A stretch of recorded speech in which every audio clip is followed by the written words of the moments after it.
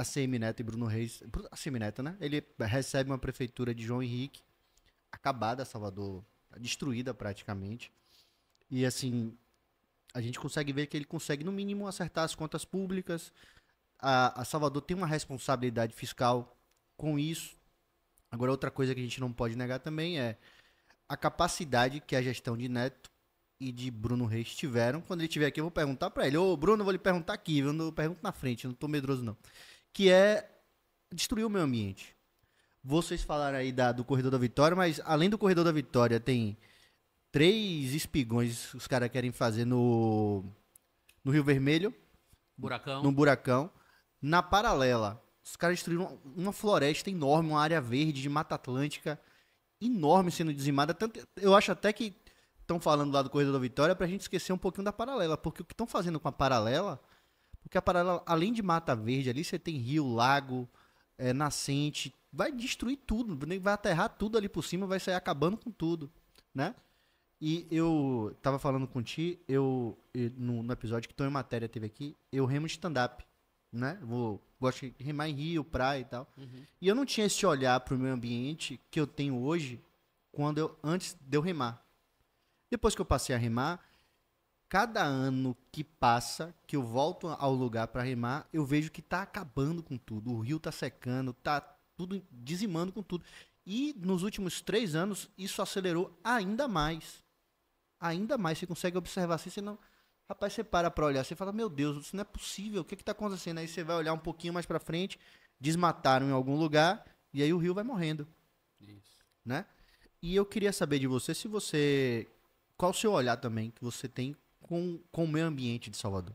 Qual o olhar do pessoal com o meio ambiente? Qual o olhar de Kleber para a cidade de Salvador? Porque você precisa resolver um problema da mobilidade urbana, mas ao mesmo tempo você precisa preservar o que ainda existe, né, do meio ambiente. Interessante você falar em mobilidade e meio ambiente. E normalmente as pessoas têm esse olhar, né? Assim, garantir a mobilidade é inevitavelmente comprometer o meio ambiente. Essa é a lógica que impera hoje na cidade. Sim. Quando eu falei para você que eu morei na Baixa da Égua e eu atravessava Vasco da Gama para jogar bola no campo do Vitória, eu tenho ainda a imagem na minha cabeça muito fresca do rio aberto ali, né? Com a vegetação na beira do rio, com árvores centenárias de um lado e do outro. Era esse ambiente que eu tinha na Vasco da Gama.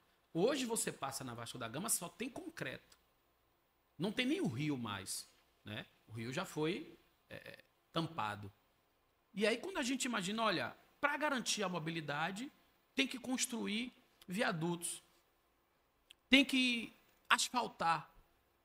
O nosso debate hoje, o debate que o pessoal faz hoje, e que eu pretendo, no momento adequado, no momento certo, apresentar para a nossa população sobre mobilidade, na verdade, ele é sustentável e garantidor, inclusive, do meio ambiente. Né? A proposta que a gente traz, a gente falou aqui de Luiz Erundina. No governo de Luiz Erundina, em São Paulo, em 88, quando ela ganha a eleição em 88, surge uma proposta chamada Tarifa Zero. O debate sobre tarifa zero no transporte público surge na gestão de Luiz Erundina em São Paulo. E hoje tem uma PEC tramitando no Congresso, apresentado por Luiz Erundina, que é a PEC do Sistema Único de Mobilidade Urbana, que prevê tarifa zero no Brasil inteiro. O que é a tarifa zero? É ônibus gratuito. Objetivamente, ônibus gratuito. O que a gente vê hoje é a contraposição, quando a gente fala em mobilidade, entre o que é coletivo e o que é individual. E o que prevalece, o que tem prevalecido, a cidade ela é planejada para o transporte individual. Quando a gente pega aqui essa avenida que liga ali o Iguatemi a Vasco da Gama, que eu não vou dar ousadia de falar o nome. Eu Não vou falo. dar ousadia de falar o nome. Eu falo, ACM. Pois é. O que é que acontece? A gente vê ali viadutos ligando uma pista a ela mesmo, né? O viaduto ele sobe, Sobe e desce. sobe assim e desce ali mais à frente. Tudo aquilo ali, toda aquela movimentação ali, aquela obra gigantesca, é em benefício do transporte individual. é em benefício do transporte particular, né? Que é o carro, é dar mobilidade ali ao veículo particular. Nós precisamos fazer transporte de massa que atenda a toda a população. Por que o ônibus tem que ser para quem não consegue ter carro?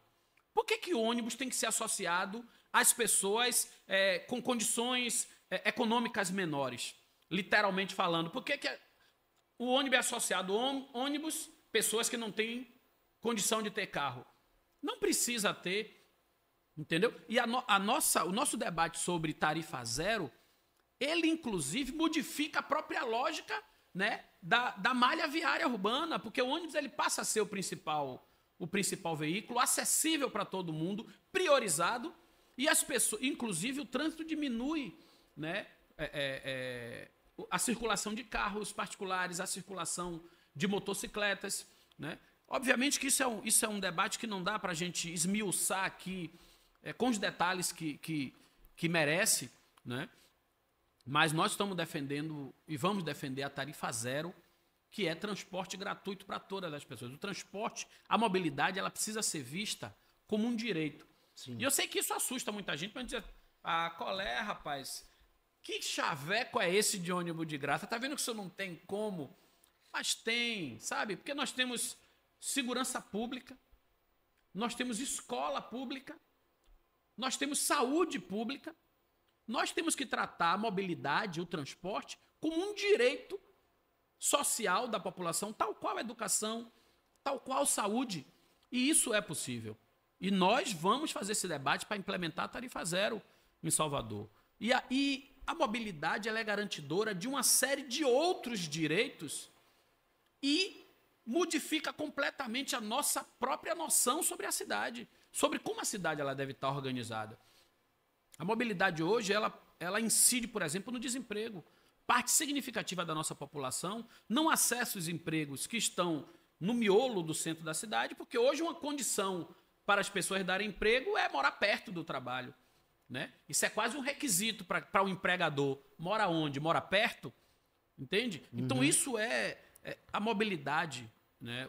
O sistema de transporte em Salvador ele está em colapso. Hoje mesmo eu estava na Assembleia dos rodoviários.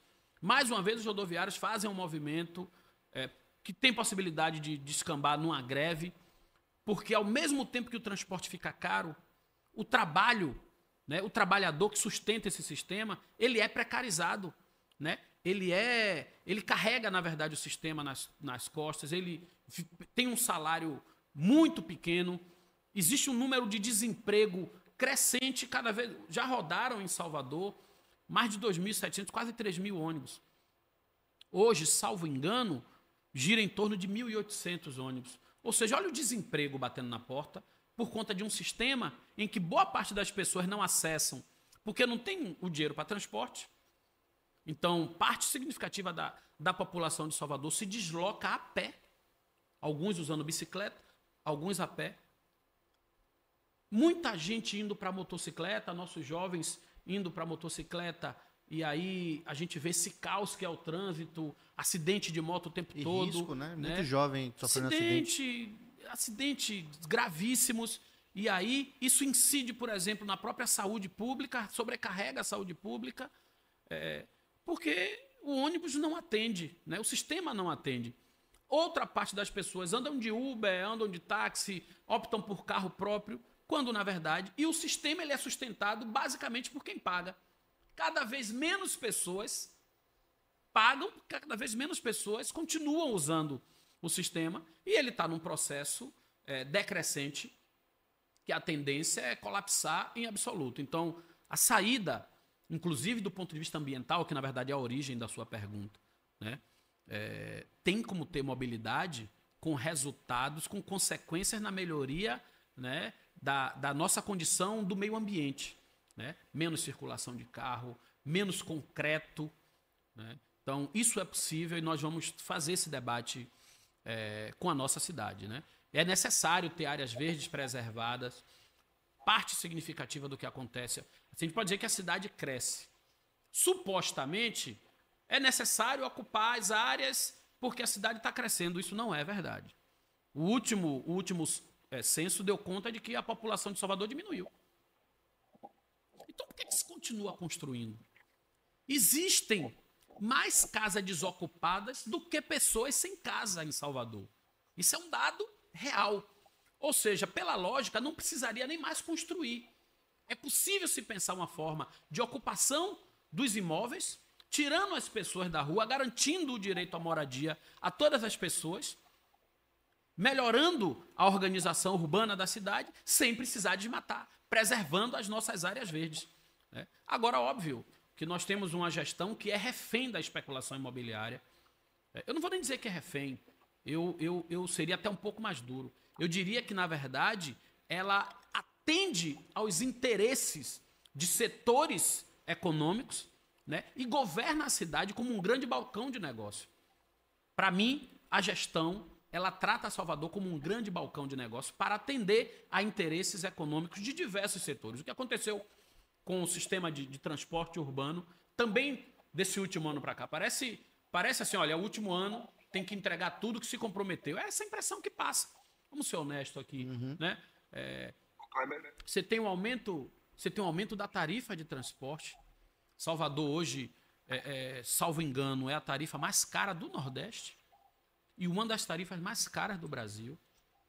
Quanto mais você aumenta, menos pessoas conseguem pagar, mais pessoas ficam fora, mais o sistema fica não sustentável.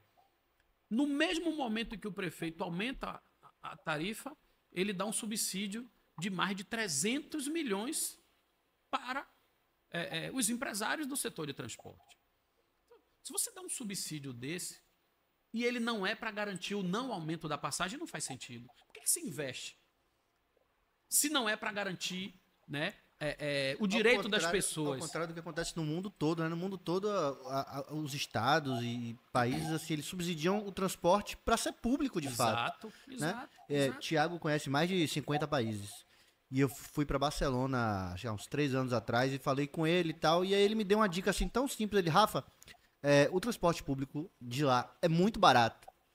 Né? Se você se comportar como se você fosse morador de Barcelona. Então eu fui para passar, por exemplo, 15 dias. Ele falou, se você comprar o ticket de morador, que você comprar no início do mês, como se você fosse, comprei o ticket de 30, você vai gastar em uma semana o que você gastaria vai gastar em 30 dias o que você gastaria em uma semana. Entendeu? Então, assim, sairia muito barato. Eu lembro que eu paguei, com essa dica dele, eu rodei Barcelona inteira e não gastei praticamente nada. Por quê? Porque o estado de Barcelona subsidia para quem é morador poder passear, se locomover, né? Sem a gente precisar. Por isso que tem gente que você falou aí, como é que você vai ser tarifa zero? Não vai, lógico que tem. Existem modelos no mundo todo onde isso é possível. Já começa por a gente pensar que o custo do sistema não pode ser só do usuário. Nós temos uma pequena parcela hoje de usuários do transporte, né? A sobrecarga desse transporte não pode estar só sobre o usuário, entendeu? Existem outras formas da gente pensar a sustentação econômica do sistema de transporte que não recaia apenas sobre as pessoas que usam diretamente e que cada vez diminui, entendeu? Da mesma forma que a educação, né? A educação ela é garantida, né, pela contribuição de todas as pessoas. A saúde pública da mesma forma. Então, isso é uma saída que a gente precisa, na verdade, rediscutir toda a nossa cidade. A gente precisa pensar no modelo de cidade de fato. Né? Isso é um desafio.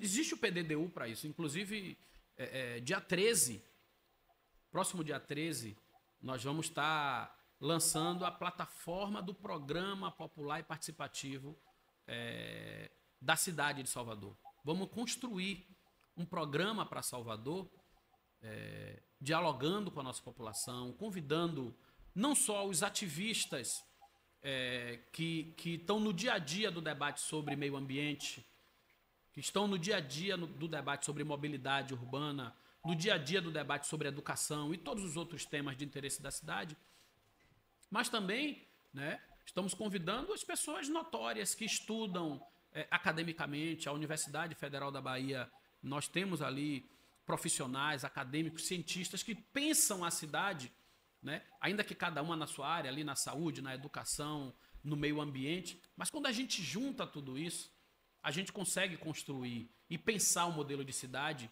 que seja que construa uma cidade em que o povo goste de viver, que esteja feliz com a sua cidade, que esteja bem nessa cidade. Diferente de hoje, que nós temos uma parcela significativa da população que vive num estado de empobrecimento, né, de exclusão e sem acesso aos direitos mínimos. Porque quando a gente não tem acesso ao transporte, nos falta acesso a quase tudo. Nossos estudantes só conseguem estudar na escola que é do lado, né, da casa. E isso interfere no nosso movimento sobre a cidade. Eu sou professor. E é comum ter estudante na minha sala de aula que não conhece o Campo Grande, que não conhece o Pelourinho, que não conhece a cidade. Sabe? As pessoas não circulam. A cidade ela é feita de forma que você tem uma guetização de parte da população mesmo, né? Para não circular na cidade. É óbvio que se a gente for aprofundar aqui, isso é possível a gente entender isso do ponto de vista histórico, como as elites brasileiras pensaram esse modelo de cidade, onde a população não pode ter acesso de circular no centro. O centro, os espaços urbanos privilegiados, eles são reservados para uma pequena parcela da população. Isso tem origem no Brasil, por exemplo, no Rio de Janeiro, com a chamada Reforma Pereira Passos, né? Quando o Rio de Janeiro, a cidade do Rio de Janeiro era a capital do Brasil, foi feita uma reforma urbana. E qual era a ideia da reforma urbana? Era construir uma cidade, né, ao espelho de Paris, né, ao espelho das cidades europeias.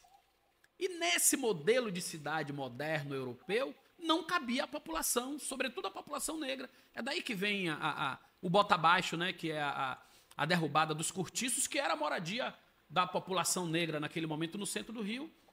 E da derrubada dos cortiços surge as moradias de morro, as moradias de favela, porque as pessoas saem do centro e vão subir o morro, né? Então, essa é a cidade que foi pensada por essa elite econômica que não consegue conceber o espaço urbano como um espaço público. Essa elite ela só consegue conceber o espaço urbano como um espaço que lhe pertence e que precisa servir aos seus interesses. É isso que a gente vê hoje em Salvador. Uma gestão que trata a cidade como um balcão de negócios para os interesses de uma pequena elite econômica que mantém uma cidade desigual, mantém uma cidade excludente, desde que os seus interesses sejam atendidos. Especulação imobiliária, aí ó, não tem compromisso com o meio ambiente, não tem compromisso com o transporte, não tem compromisso com a educação, não tem compromisso com a saúde. Nada disso importa. Então, quando a gente vê a cidade, você até traz o exemplo aí do ACM, quando ele pega a cidade de João Henrique e dá uma ajeitada na cidade e tal. A gente precisa olhar isso com muito cuidado. Porque esse embelezamento, né, ele esconde, na verdade, uma face excludente da nossa população. Não existe, ao longo desses 12 anos, que investimento real e verdadeiro foi feito para diminuir a desigualdade, para gerar emprego? Qual é o programa de geração de emprego que a gente tem na cidade de Salvador? Qual é o programa de moradia que a gente tem na cidade de Salvador que vise garantir a casa própria das pessoas, que vise tirar as pessoas da rua? Não tem. Percebe? Se a gente for analisar o orçamento que é destinado a combate à pobreza e o orçamento que é destinado ao marketing e à comunicação da gestão, você vai perceber o que é priorizado. Então, que cidade é essa? Bonitinha, mas que vira as costas para a maioria do seu povo, né, que está em condição de abandono.